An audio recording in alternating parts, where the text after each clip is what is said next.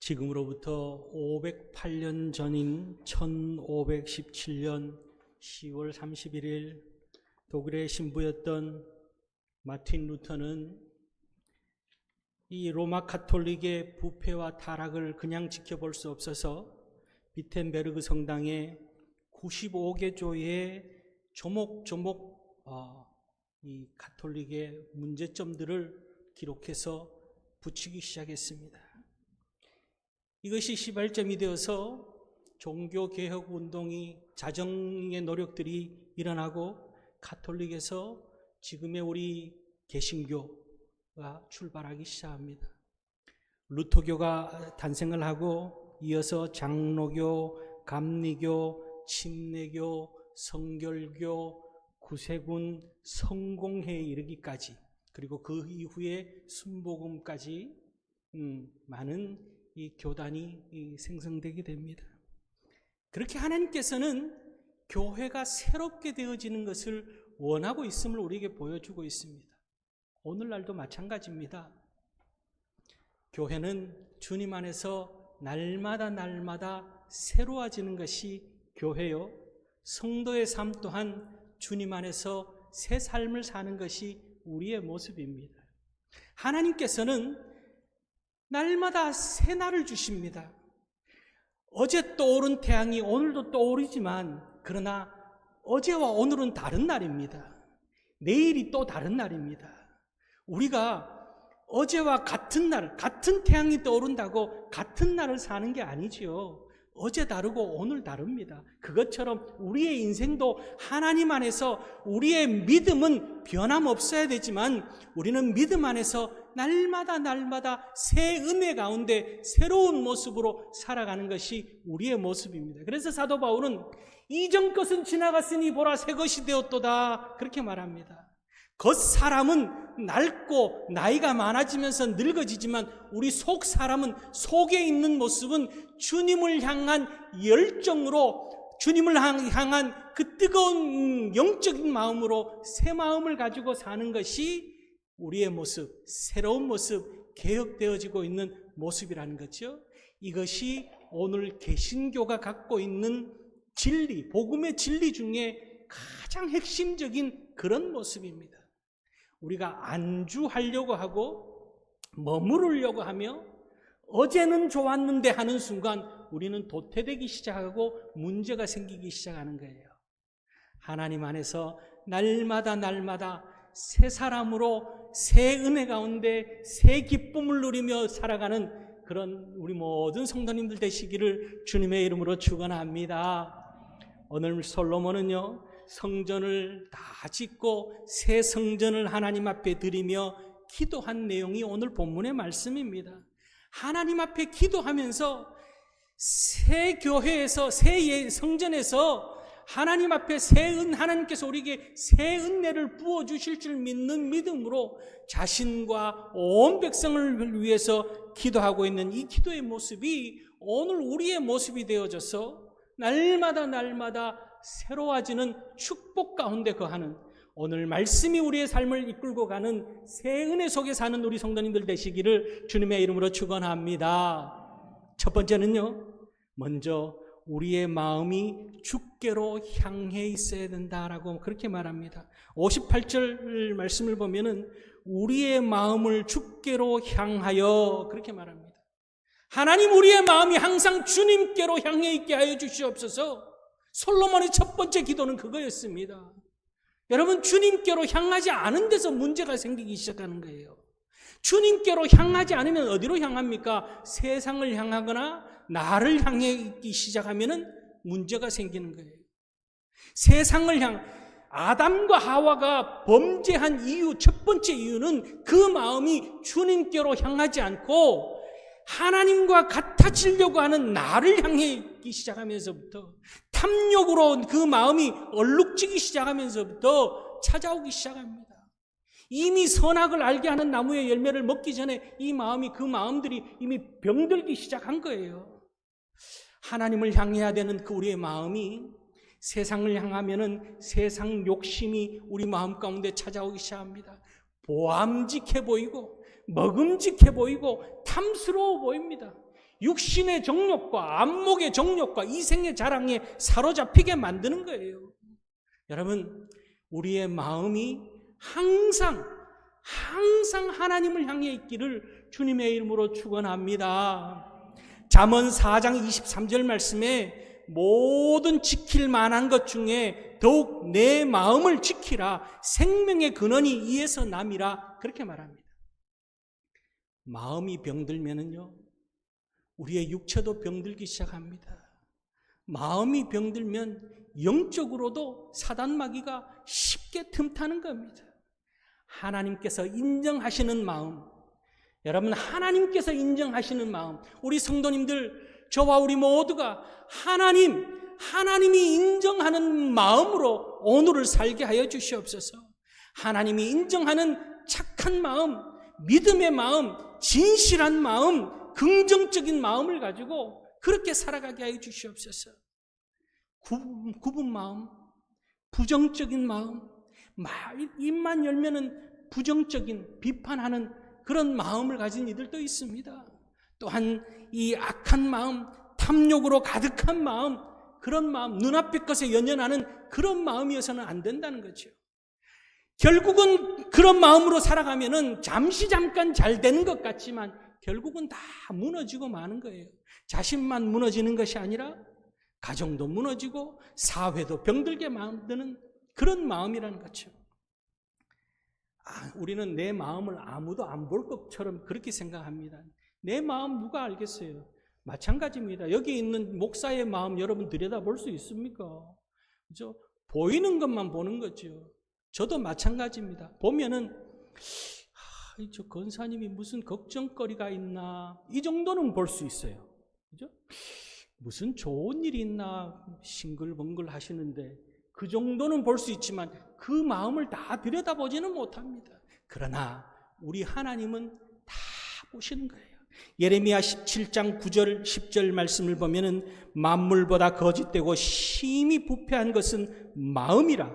누가 능히 이를 알리오마는 나 여호와는 심장을 살피며 폐부를 시험하고 각각 그의 행위와 그 행실대로 보응하나니. 누가 능히 알리오마는, 세상의 사람들은 우리의 마음을 알 수 없습니다. 내 마음을 우리가 속을 들여다 말로 표현하지 않으면 알 수 없습니다. 그러나 하나님은 심장을 살피고 폐부를 다 아시는 하나님이 우리 하나님이시고, 그래서 우리의 마음 가는 대로 하나님께서 행하시고 갚으시겠다라고 그렇게 약속하고 있습니다. 우리의 마음이 주님께로 향하는 삶을 살아가는 그런 우리 성도님들 되시길 바랍니다.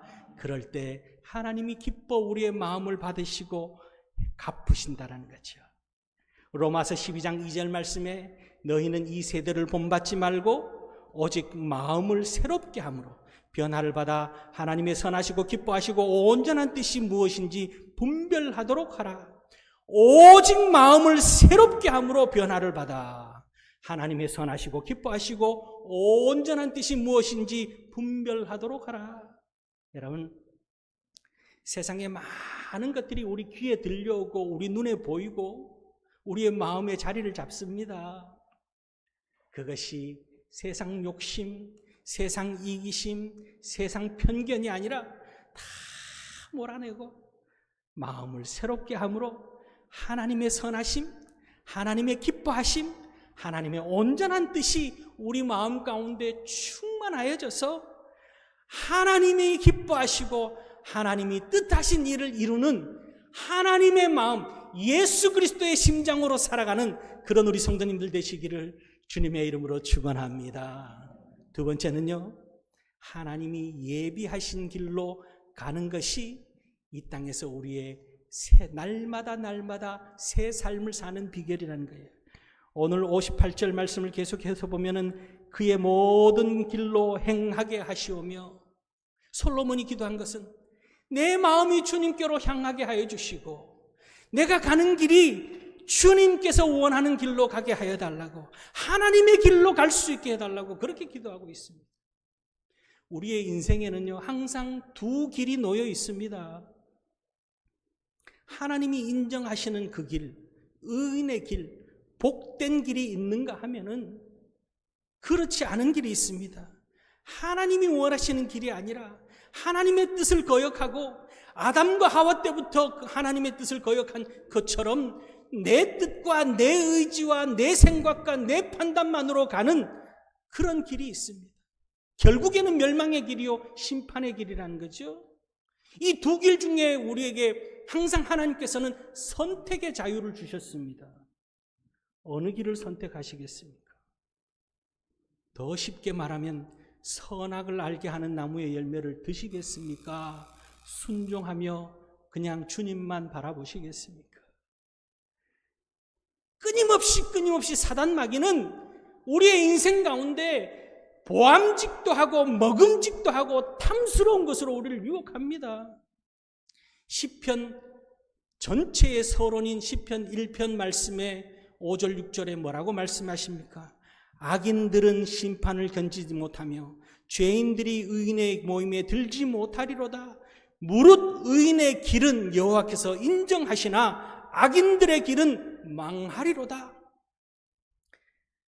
여러분, 우리가 가는 길이 의의 길이 되어져서 하나님이 기뻐하시는 길, 때로는 그 길이 좁고 협착하고 아무도 찾지 않는 길이라 할지라도 그 길을 택해서 갈 줄 아는 참 지혜자의 삶을 사는 그런 우리 성도님들, 하나님이 인정하시는 길을 가는 그런 우리들이 되시기를 주님의 이름으로 축원합니다.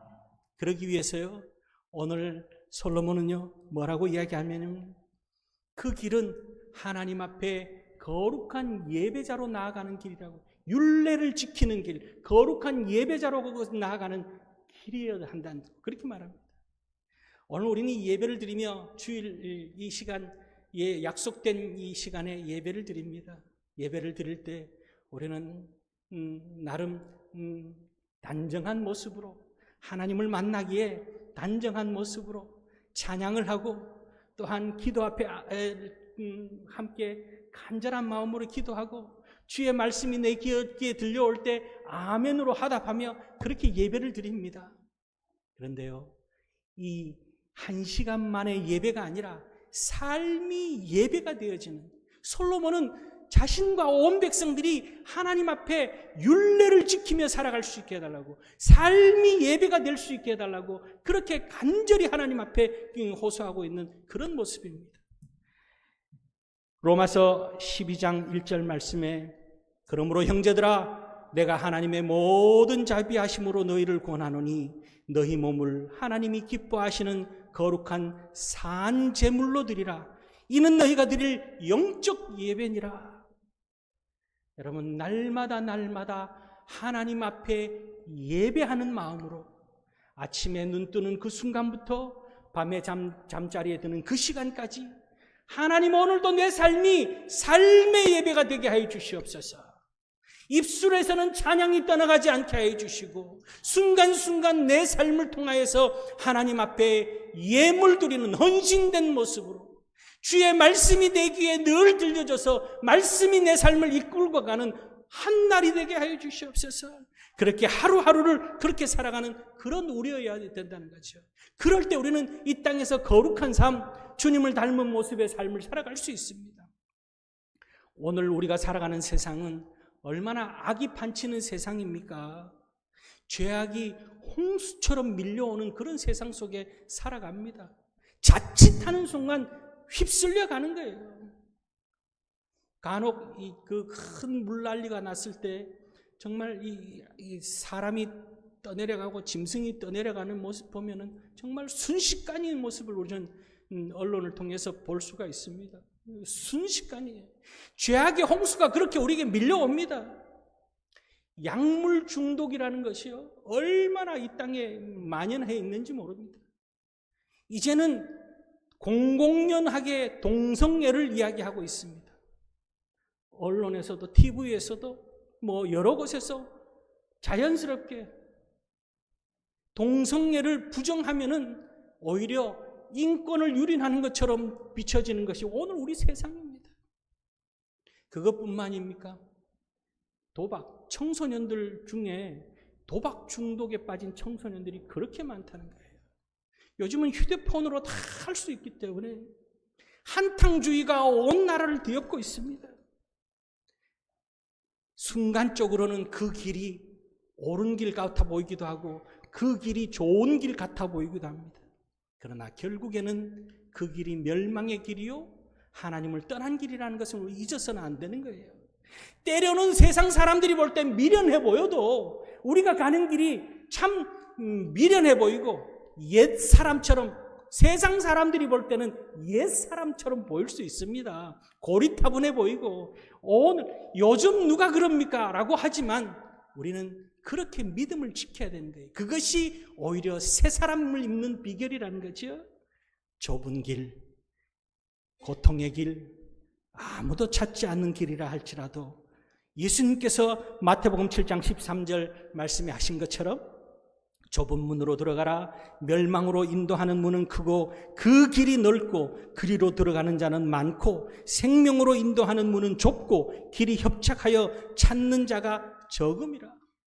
좁고 힘들고 어렵다 할지라도 그 길이 주님이 원하시는 길이라면은, 그 길이 예배자로 살아가는 거룩한 삶이라면은 그 길을 지키며 그 길에 서 있는 그런 우리 성도님들 되시기를 주님의 이름으로 축원합니다. 또 하나는요, 주님의 길을 간다는 것은 하나님의 말씀을 쫓아서 사는 거예요. 여호수아 1장 7절 8절 말씀에 하나님께서 모세를 대신한 여호수아에게 새 사명을 가지고 출발하는 여호수아에게 그렇게 말씀하십니다. 오직 강하고 극히 담대하여 나의 종 모세가 내게 명령한 그 율법을 다 지켜 행하고 좌로나 우로나 치우치지 말라. 그리하면 어디로 가든지 형통하리니 이 율법책을 내 입에서 떠나지 말게 하며 주야로 그것을 묵상하여 그 안에 기록된 대로 다 지켜 행하라. 그리하면 내 길이 평탄하게 될 것이며 내가 형통하리라. 하나님의 말씀을 지키고 행하는 그 길이 형통의 길이다. 그렇게 말씀하고 있습니다. 여러분, 우리가 가는 길이 뻥 뚫린 이 앞에 있는 달구벌대로처럼 뻥 뚫린 큰 길이 되겠으면 좋지 않겠습니까? 지난 추석날 제가 그 길을 지나가 봤습니다. 일이 있어서 추석날 지나가는데 길에 진짜 매일매일 이랬으면 좋겠다 싶을 정도로 막힘이 하나도 없어요. 여기서부터 저 경산까지 가는데도 정말 신호에 걸리는 것 외에는 막히는 게 없습니다. 우리의 인생길이 그렇게 뻥 뚫렸으면 좋겠죠. 그래서 우리는 잘못된 길을 선택하기도 합니다만, 좁고 협착한 길, 그러나 그 길에 하나님의 말씀이 있는 길이라면 우리가 그 길을 택할 때 하나님께서는 형통하리로다. 형통의 길이 주의 말씀을 쫓아가는 길이라고 그렇게 말하고 있습니다. 여러분, 우리가 오늘 살아가면서 크고 작은 문제에 부딪힙니다. 많은 문제들이 우리를 휘감아 옵니다. 문제를 곰곰이 들여다보면은 내가 말씀의 길에서 벗어나는 순간 문제가 찾아오기 시작합니다. 말씀을 지킬 때에는 문제가 생기지 않습니다. 모든 문제와 어려움이 찾아오는 그 근본 원인을 들여다보면은 말씀의 길에서 내가 벗어나 있을 때라는 사실이에요. 여러분, 언제든지 무슨 일이든지 주의 말씀에 비추어서 그렇게 나아가는 그 길에서 벗어나지 않는 그런 우리 성도님들 되시길 바랍니다. 시편 119편 105절 말씀에 주의 말씀은 내 발의 등이요 내 길의 빛이니이다. 말씀이 내 발에 빛이 되어진다는 사실, 주의 말씀이 어두운 길에 등이 되어진다는 사실을 기억하고 전적으로 말씀을 깊이 묵상하며 말씀을 의지하며 형통의 길로 살아가는 그런 우리 모든 성도님들 되어져서 말씀의 축복 가운데 놀라운 영적 체험 있는 삶을 살아가는 그런 우리들, 세상 앞에 흔들리지 않고 세상 가운데 시험 들지 않으며 세상으로 인해서 상처받지 않고 말씀에 든든히 서서 살아가는 그런 우리 성도님들 되시기를, 그래서 하나님이 기뻐하시는 예배자로 말씀의 길에서 형통의 축복을 누리는 그런 날마다 주의 은혜가 가득한 우리 성도님들 되시기를 주님의 이름으로 축원합니다.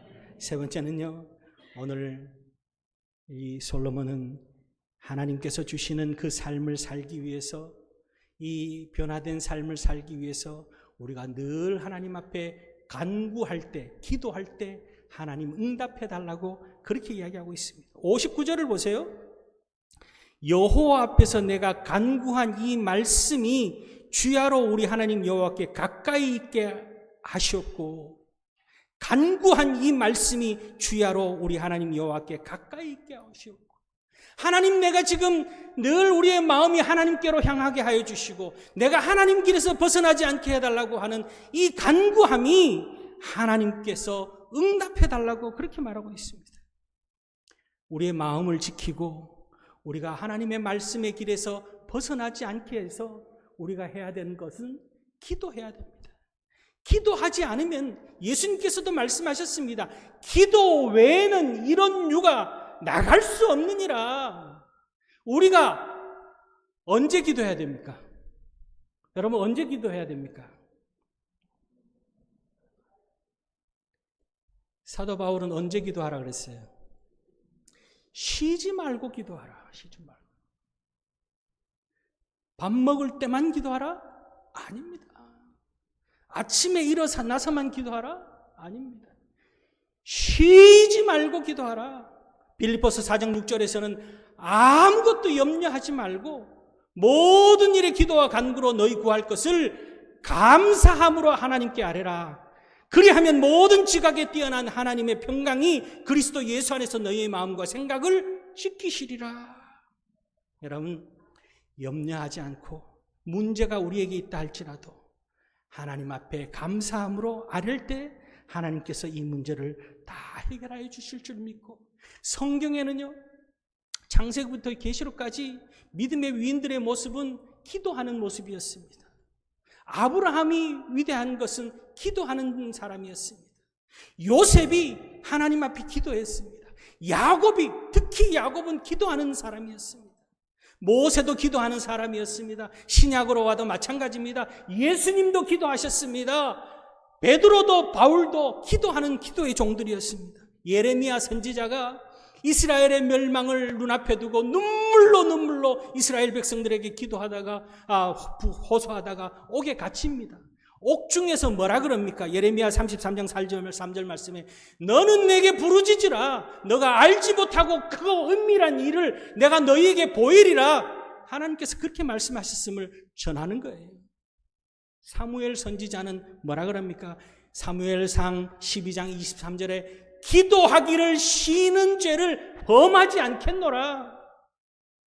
기도하실 수 있길 바랍니다. 날마다 새 은혜 가운데 살아가는 비결은 우리의 마음이 하나님께서 벗어나지 않게 하는 비결은, 하나님의 길에서 벗어나지 않는 비결은 기도하는 거예요. 아침에 일어나서 하루를 출발하기 전에 자신을 위해서, 가족을 위해서, 또 하루를 예배자의 삶으로 거룩한 삶을 살고 잠자리에 들 때에는 교회를 위해서, 주의 종을 위해서 그렇게 영적으로 호흡하며 영적인 능력 가운데 기도를 통하여서 살아가는 그런 우리 성도님들 되시기를 주님의 이름으로 축원합니다.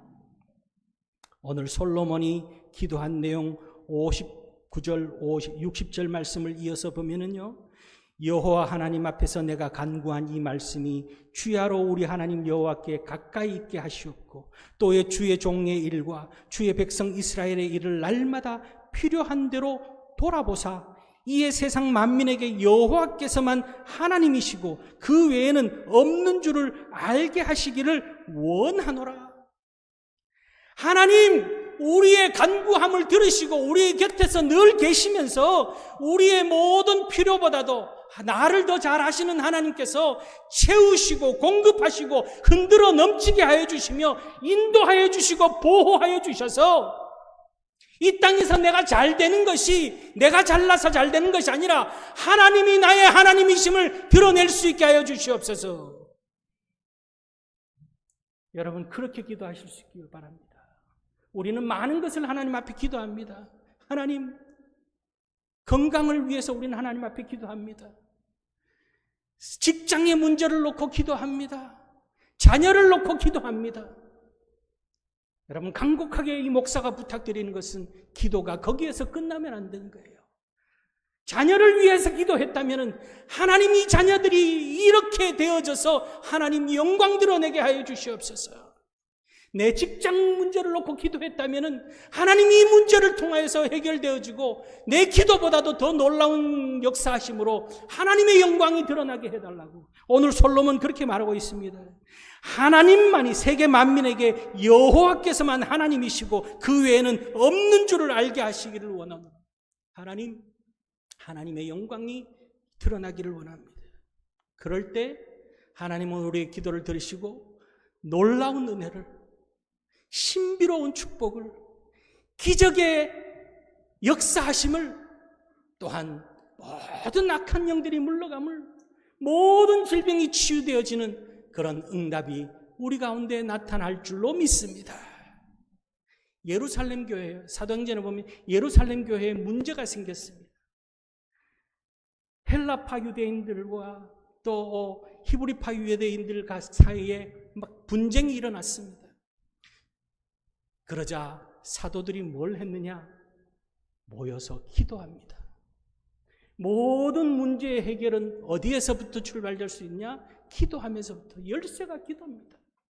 여러분, 모든 열쇠가 기도라는 사실을 기억하고 여러분 가정을 위해서, 자신을 위해서, 교회를 위해서, 교회의 일꾼들을 위해서, 주의 종을 위해서 많이 기도하실 수 있길 바랍니다. 그것이 하나님의 역사를 이루는 근본이라는 사실이에요. 이야기 한 가지 하고 말씀을 맺을까 합니다. 오는 토요일부터 다니엘 기도회가 이제 시작됩니다. 제가 몇 년도인지 정확히 기억나진 않는데 2022년도였나? 다니엘 기도회 강사로 나와서 간증을 한 천정은 자매라고 하는 분이 있습니다. 이분이 2012년도에 말기암 판정을 받고 14년을 살다가 지난 6월에 하나님의 부름을 받았습니다. 14년 동안 항암 치료만 140번을 넘게 받았습니다. 이분이 피아노를 전공해서요, 아주 연주를 잘하고 또 레슨도 하고 그러는데 늘 남들을 위해서 자신을 희생하는데 돌아오는 것은 자기를 속이는 일, 배신하는 일들이 반복해서 일어났습니다. 그러면서 늘 생각이 빠져요. 나는 착하게 살려고 애를 쓰는데 왜 내게는 이런 일이 일어나나? 그러던 중에 늘 힘들 때마다 격려해주고 용기를 불어넣어주는 그런 친한 언니가 있었습니다. 이 천정은 자매는 그 당시 예수를 믿지 않았는데 그 언니는 아주 신앙이 좋은 믿음의 성도였습니다. 어려울 때마다 이 언니가 도와줬습니다. 그러던 어느 날 건강검진을 받았는데 병원에서 유방암 판정을 받습니다. 그리고는 진단을 내린 의사 선생님이 큰 대학병원에 가서 다시 정밀 검사를 받으라고, 상태가 썩 좋지 않다라고만 이야기를 합니다. 그래서 이 언니에게 이야기를 하고 언니의 도움을 받아서 대학병원에 가서 다시 검사를 받았습니다. 검사 결과가 오른쪽 가슴에 8cm의 암, 그리고 이미 임파선, 허리, 척추, 골반에까지 전이가 되고 뼈에까지 전이가 되어져서 폐에도 암이 추정되는 것이 보이고 해서 더 이상 치료할 수 없다라는 판정이 내려집니다. 이제 마지막을 준비하라고 하는 그런 의사의 권유가 내려집니다. 길면 6개월이라는 거예요. 그 당시 39살이었습니다. 이미 치료 시기를 놓쳤기 때문에 그래도 치료를 한다면 더 이상 암이 전이 되지 않도록 암을 막는 치료밖에는 할 수 없다라는 거죠. 하늘이 무너지는 것 같았습니다. 그리고 항암 치료를 하기 시작합니다. 항암 치료를 한 지 20일째 되었는데 머리카락이 다 빠졌습니다. 항암 부작용으로 구토, 또한 주사 쇼크, 감염 이런 것들로 인해서 살기 위해서 치료를 하는데 오히려 죽을 것 같은 그런 고통을 겪고 있었습니다. 그럴 때 이 천정은 자매가 그 언니에게 부탁을 합니다. 나는 예수를 믿지 않지만 언니가 믿는 예수님이면 들어줄 것 같다고, 기도를 부탁을 합니다. 이 고통에서 이미 내 삶은 여기서 이 생에서는 마감인데 고통 없이 생을 마감할 수 있게 해달라고 언니에게 부탁을 합니다. 그래서 이 언니가 교회에 가서 많은 성도들에게 기도 부탁을 합니다. 그리고는 전화가 걸려왔는데 스피커폰으로 들려오는 소리가 온 교인들이 통성하며 기도하는 소리가 들려오는 거예요. 처음에는 듣고는 속상했습니다. 아니, 나는 지금 아파서 죽겠는데 동네방네 소문 다 내고 있다고, 부끄럽기도 하고 속상하기도 했던 거예요. 그런데 놀라운 사실은 그 다음 날부터 일어나기 시작합니다. 주사 쇼크가 사라졌습니다. 구토가 사라졌습니다. 이 모든 항암 부작용들이 씻은 듯이 사라진 겁니다.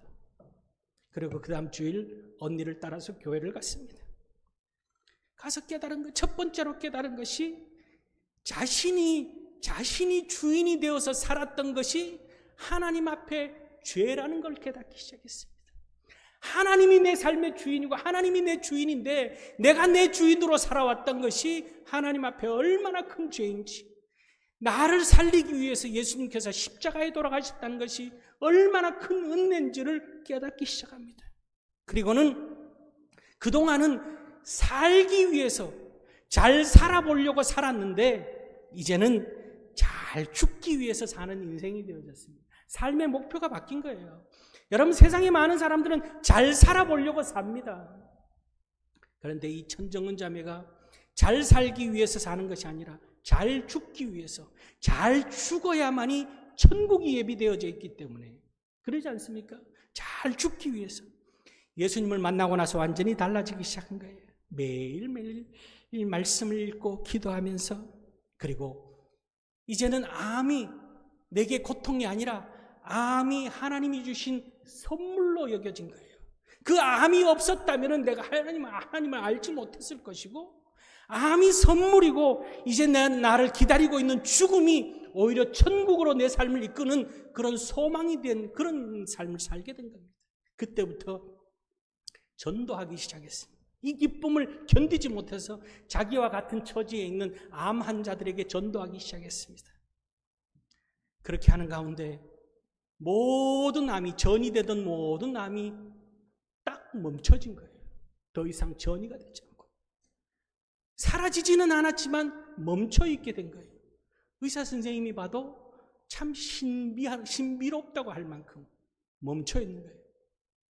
더 열심히 전도했습니다. 그러다가 1년 6개월 후에 다시금 전이 되기 시작합니다.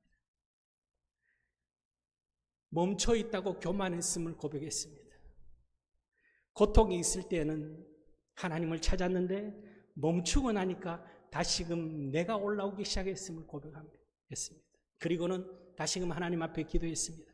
첫 번째 암이 선물인 것처럼 재발한 두 번째 암도 선물일 줄 믿습니다.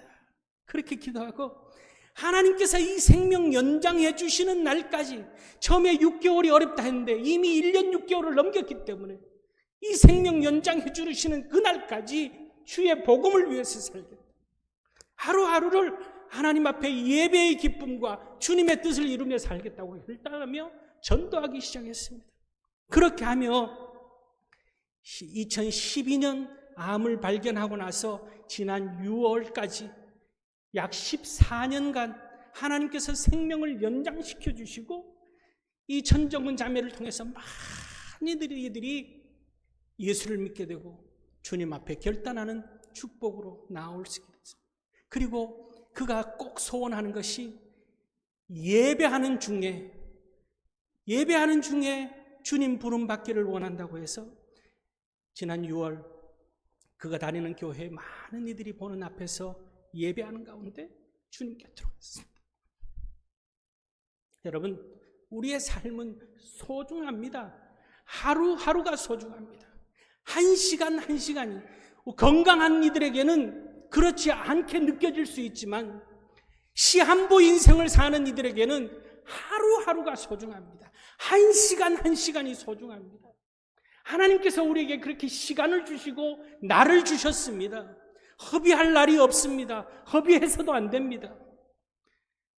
우리의 마음이 하나님을 향해 있게 하여 주시고 우리의 길이 주의 길에 서서 주님의 뜻을 이루는 그런 기도자로 주님과 함께 오늘 살아가는, 세상이 우리를 흔들려고 할지라도 절망이나 그 환경에 그 문제에 사로잡히는 것이 아니라 주님이 나를 사로잡고 있고 성령의 사람으로 오늘을 살아서 날마다 새 은혜 가운데 살아가는 그런 복 있는 발걸음들 다 될 수 있기를 주님의 이름으로 축원합니다. 기도하시겠습니다.